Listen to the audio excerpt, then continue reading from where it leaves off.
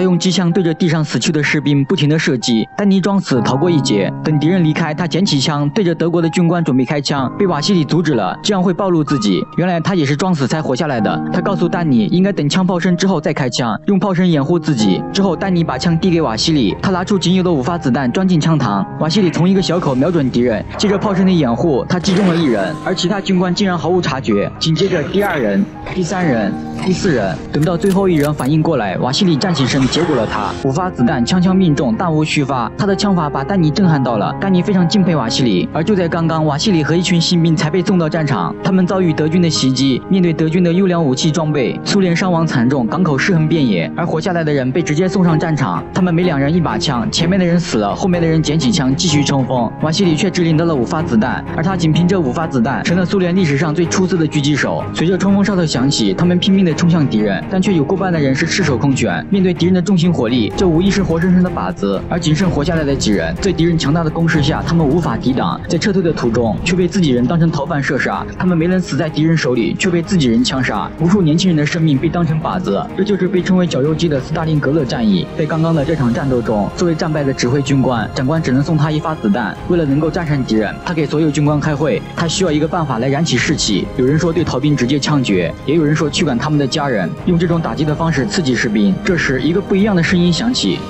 而在他心中已经有了最佳人选，那就是瓦西里。在长官的支持下，他们大肆报道瓦西里的英雄事迹，给士兵增加作战信心，也给德军制造紧张氛围。之后，瓦西里被调到狙击手室，他在几天时间里枪杀德国军官46人，拿回了46张德军狗牌。而在军营里面，瓦西里成了他们的偶像，越来越多的人加入狙击手。一时间，瓦西里成了苏联人民心中的神话，只要有他在，士兵就能勇往无前。这天，他碰到一个名叫沙夏的孩子，男孩一眼就认出了瓦西里。沙夏非常崇拜他，把他带到家中做客。在这里，他碰到塔尼亚，第一次见面就爱上了这个女孩。但他不知道的是，此时的丹尼也被塔尼亚深深吸引。随着瓦西里战绩的不断攀升，德军有过半的军官被瓦西里结果，这给德军造成了不小的压力。为了解决德军前进的阻力，他们找来顶尖狙击手科尼少校来对抗瓦西里。一场高手之间的对决就此展开。早上，瓦西里被战友叫醒，苏联军队遇到了麻烦。就在早上，他们有5名军官和2个机枪手被德军狙击手干掉，而他的位置也被锁定在前方这栋破败的高楼。瓦西里确定目标后，一枪打掉了他的头盔。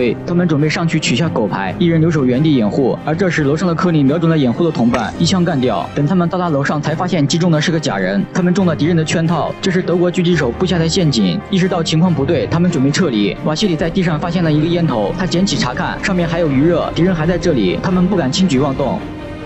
他仅凭5发子弹，成了苏联历史上最出色的狙击手。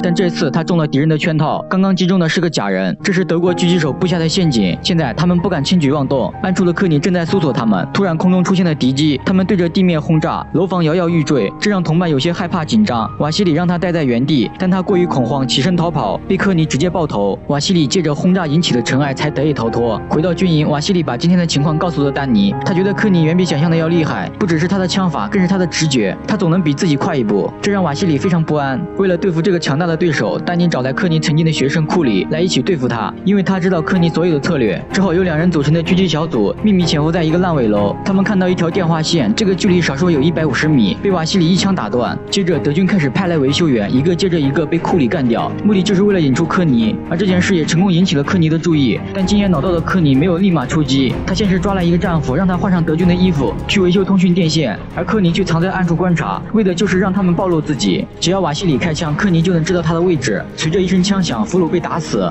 科尼很快锁定一个建筑，瓦西里就在里面。库里用一个头盔做诱饵，吸引科尼上钩，但他得意地笑了笑，他深知这是个陷阱。而这样一来，科尼却知道了瓦西里的具体位置。看着科尼没有上钩，他们准备转移阵地，但瓦西里觉得最后死掉的那个维修员有些奇怪，德军明明知道这边有狙击手，怎么还会派人来送死？但库里的一句话让他们放松了警惕。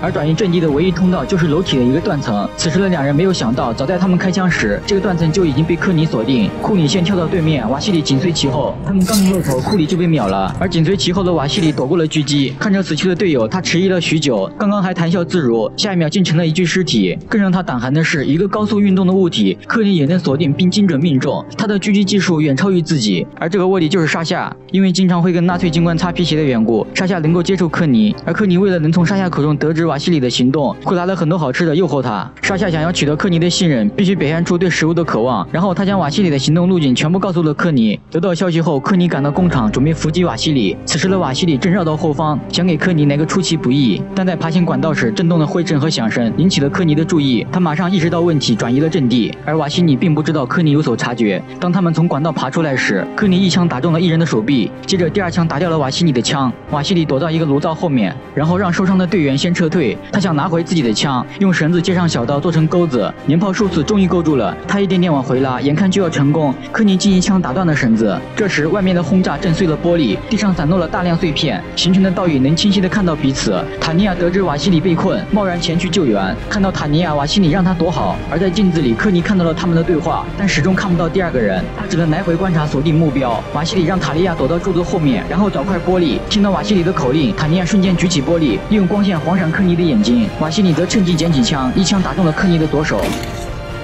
他利用光线晃闪科尼的眼睛，瓦西里则趁机捡起枪，一枪打中了科尼的左手。等科尼回去，莎夏看到他受伤，心里暗暗焦喜。科尼让他讲讲瓦西里的事，夏莎滔滔不绝，不由自主地露出自豪感，这让科尼开始怀疑他。意识到科尼眼神不对，莎夏马上减缓了自己的情绪。而回到军营的瓦西里，他们欢快地跳舞庆祝，尽管没能杀掉科尼，但至少知道他是可以战胜的，这给大家增加了不少士气。这天，莎夏告诉他们一个消息，他在给科尼擦鞋时，发现鞋子上有黄色的尘土，而这种尘土只有一个地方有，就是化学工厂背后的废墟。于是趁着夜色，瓦西里提前埋伏在工厂尸体周围，等到天亮狙杀科尼。但整整守了一夜的瓦西里非常疲倦，不知不觉他睡着了。当科尼出现时，他错过了狙杀的最佳机会。与此同时，瓦西里枪上的瞄准镜在太阳底下出现了反光，他的位置很快暴露，被科尼发现。正当他准备狙杀瓦西里时，一个搜刮财物的德军挡住了目标。瓦西里装死躲过了一劫，德军在他身上搜到财物和证件，等他离开，目标已经不见了。这些证件被送到德军长官面前，他们确信瓦西里已经死了。而科尼不这么认为，他坚信瓦西里还活着。这时，苏联军营截获了德军一个情报，他们宣称瓦西里已经死了。苏联长官大发雷霆，如果这是真的，将会击垮战士们最后的勇气。科尼找来莎夏，告诉他瓦西里还没有死，明天自己会在火车站出口附近的水塔埋伏，目的是想让莎夏把消息带回去，然后骗瓦西里过来。这时，瓦西里突然回来了，而莎夏告诉了塔尼亚，瓦西里还活着，他在车站。塔尼亚为了救你，已经独自前往。在得知塔尼亚去了火车站，瓦西里立马掉头去找塔尼亚，因为他知道这是个陷阱。好在瓦西里找到了他，在共同经历了生死之后，他们的感情迅速升温。这一幕被跟随的丹尼看见，为了报复瓦西里，他向上级发起电报，诋毁瓦西里怯战。因为莎夏的泄密，瓦西里每次都能精准地知道科尼的位置。科尼清楚这是莎夏的功劳，他抓来莎夏吊死在高塔上。当塔尼亚看到这一幕，整个人变得疯狂，他难以接受莎夏的遇害，他还只是个孩子。瓦西里发誓要干掉科尼，为莎夏报仇。而此时斯大林格勒面临沦陷的危机，他们需要转移莎夏的母亲，但菲利夫人不肯离开，她要等莎夏回来。这个母亲还不知道自己的儿子已经战死，迫于无奈，丹尼只能告诉他，莎夏已经投靠了德军。一个善意的谎言总好过失去儿子的痛。在转移途中，塔尼亚被一颗榴弹击中，丹尼看着被炸死的塔尼亚非常悲痛，而菲利夫人带着塔尼亚继续撤离。临走前，他在码头给莎夏留下字条，带着愧疚和悲痛，丹尼找到瓦西里，他告诉瓦西里塔利亚已经死了，一切来得太突然。听到这个消息，瓦西里再也控制不住情绪。说完，丹尼脱掉头盔，他要帮瓦西里引出潜伏已久的科尼，只要科尼死了，战争局势就会发生改变。